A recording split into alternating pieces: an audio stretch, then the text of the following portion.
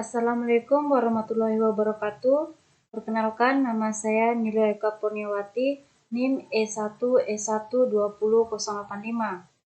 Baik, pada video kali ini saya akan mempraktekkan dan sedikit menjelaskan mengenai codingan yang ada pada modul 5 ini, yaitu mengenai BFS dan DFS.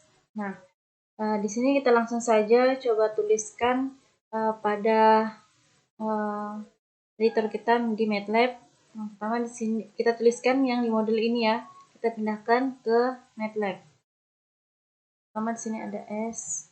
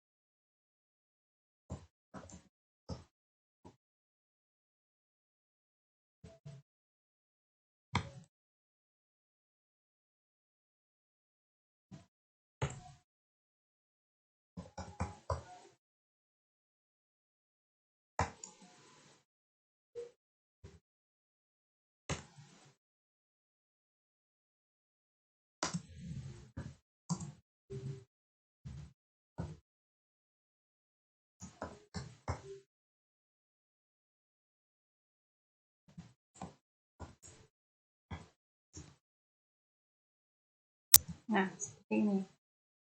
Selanjutnya kita coba run.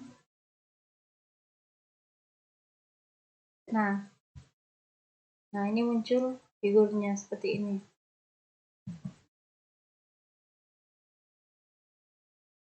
Kita lihat pada modul. Nah, hasilnya di sini di command prompt-nya. Nah, di sini sudah sama ya.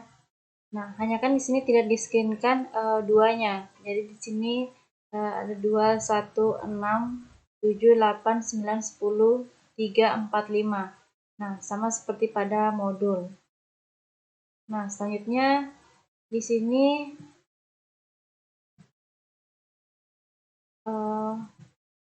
di sini ada figurnya. Tadi sudah muncul ya. Nah, ini figurnya muncul. Nah, jadi di sini ada data S, kemudian data T. Nah, yang mana data S di sini nilainya itu berbentuk matriks ya. Di sini ada 1, 1, 1, 1, kemudian ada 2, 2, 2, 2. Nah, kemudian selanjutnya di sini ada data T. Nah, yang mana data T di sini ada 3, 5, 4, 2, 6, 10, 7, 9, 8. Nah, kemudian di sini ada G, itu graf dalam kurung S, T, yang mana fungsi graf ini berfungsi untuk menghubungkan data S dan data T. Nah, misalnya di sini kita lihat pada figur ya. Nah, kita lihat di sini. Nah, ini data 1. Dari sini ya, dari S, dari data S, yang mana data S ini 1 ini ya, nilainya kan 1 ini merupakan not paling tertinggi. Nah, sementara yang di data T ini merupakan turunan dari not 1 ini, turunan dari data S yang 1 ini. Nah, yang turunannya dari 1 itu ada 3, 5, 4, dan 2. Nah, itulah turunan dari data S yang nomor 1. Nah, seperti yang bisa kita lihat pada figurnya, di sini 1 ini sebagai not paling tertinggi. Kemudian turunannya ada di sini 3, 5, kemudian 4 dan 2. Seperti itu. Nah, kita lihat juga pada yang angka 2 di data S. Kita lihat di sini 2, 2, 2, 2. Kemudian turunannya di sini di data T ada 6, 10, 7, 9, kemudian 8. Nah, bisa kita lihat pada figurnya di sini. Nah, dari turunan dari 2 itu ada 6, kemudian 10, ada 7, 9, dan 8. Nah, seperti itu untuk fungsi grafnya, yaitu menghubungkan antara data S dan data T. Kemudian untuk di sini selanjutnya fungsi plot. Fungsi plot ini yaitu untuk menampilkan figur ini. Nah, misalnya jika kita hilangkan dulu figurnya ya. Kemudian data plot ini kita hapus atau kita beri komentar. Seperti ini, kita coba run. Nah, seperti ini. Dia tidak akan muncul figurnya karena fungsi plot ini kita hilangkan atau kita beri komentar. Nah, jika kita ingin tampilkan,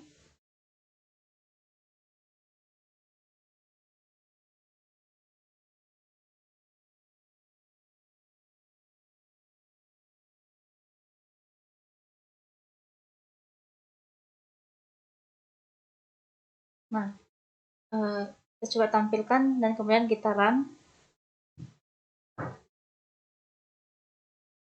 Nah, seperti ini. Maka dia akan muncul figurnya. Jadi, fungsi plot ini yaitu untuk menampilkan gambar ininya atau untuk menampilkan figurnya. Seperti itu. Nah, yang selanjutnya yaitu fungsi V, yaitu BFS. Nah, yang mana BFS ini untuk menghitung data dari G yang dimulai dari 2. Nah, untuk menghitung data G ini yang dimulai dari 2. Nah, bisa kita lihat pada figurnya. Nah, di sini. Coba besar dulu.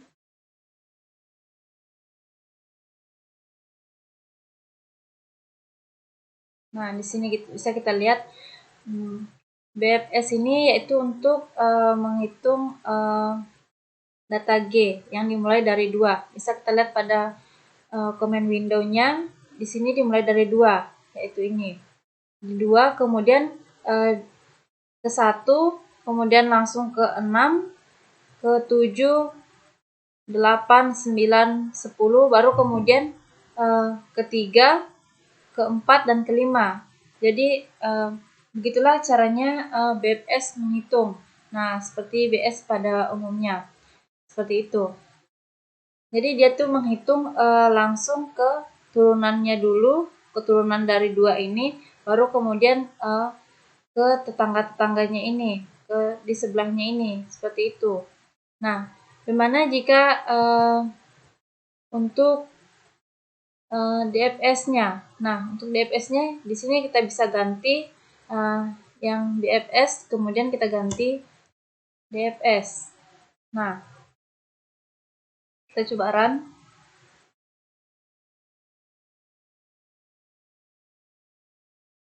Kita ulang ya. Kita coba run. Nah, seperti ini. Yang tampilannya pada figurnya masih sama ya. Hanya kan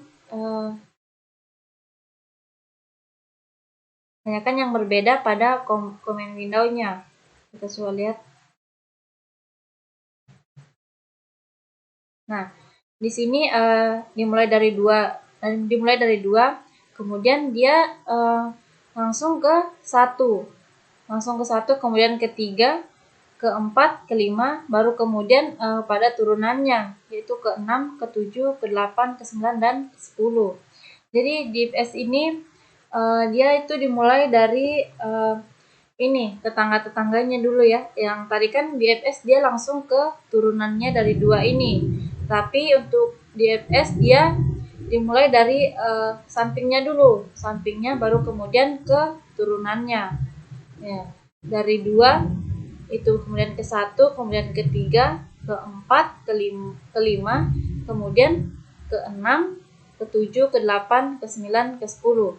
Nah, seperti itu perbedaan untuk DFS dan DFS. Nah, baik, selanjutnya kita lihat pada modul.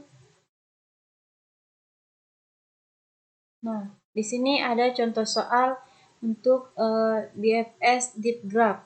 Nah, kita coba di sini fungsinya sedikit berbeda ya. Nah, di sini kita bisa ganti-ganti. Nah, karena di sini ada 2. Kemudian di sini ada 3,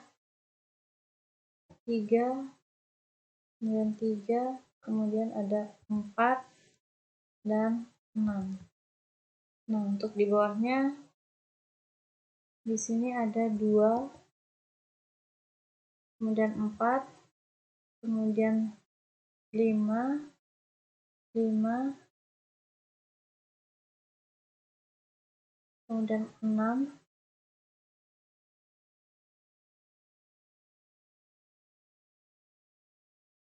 kemudian 7,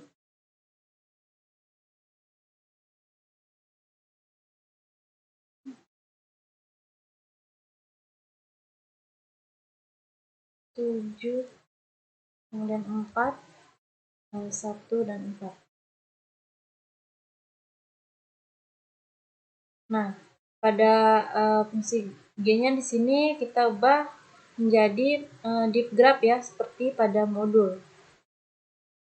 Deep graph seperti ini. Nah, kita coba jalankan. Nah, seperti inilah figurnya ya.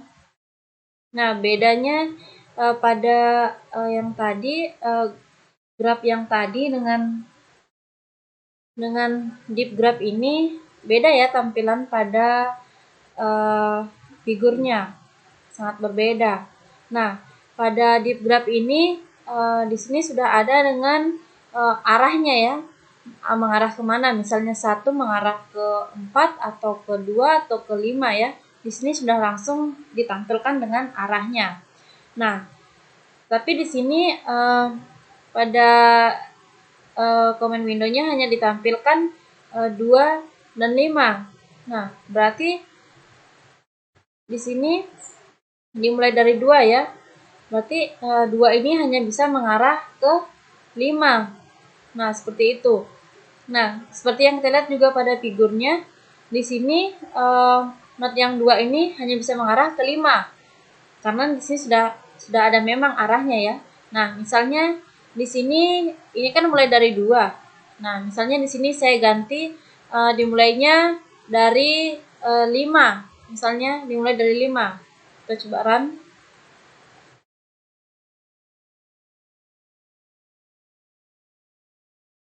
Nah, yang muncul di sini hanya 5. Karena kita lihat pada figurnya 5 ini hanya tidak bisa mengarah ke not lain. Nah, 5 ini hanya bisa di 5 saja. Nah, misalnya di sini saya ganti lagi misalnya jadi 3. Kita coba run ulang. Nah, jika kita mulai dari 3, nah 3 ini kita lihat pada figurnya. Nah, 3 ini bisa mengarah ke 4, kemudian bisa juga mengarah ke 6, dan bisa mengarah ke 7. Kemudian 3 juga bisa mengarah ke 1, ke 2, kemudian ke 5. Nah, seperti itu pada deep graph. Nah, deep graph ini langsung ditampilkan dengan arah. Not misalnya not 1 ini bisa mengarah kemana saja, seperti itu. Nah, misalnya di sini saya ganti dengan 1. Nah, ganti dengan 1. Ya, 1 ini bisa mengarah ke 2, kemudian ke 4, ke 5. Kita coba lihat di figur. Nah, 1 ini bisa mengarah ke 2, kemudian ke 4, dan ke 5. Nah, sesuai dengan arah pada figurnya ini. Seperti itu. Nah, selanjutnya di sini kita lihat pada modulnya. Setelah div graph, di sini bisa kita lihat untuk yang DFS div graph-nya. Nah, di sini tinggal kita ganti saja dari BFS kemudian DFS. Nah, kita coba run.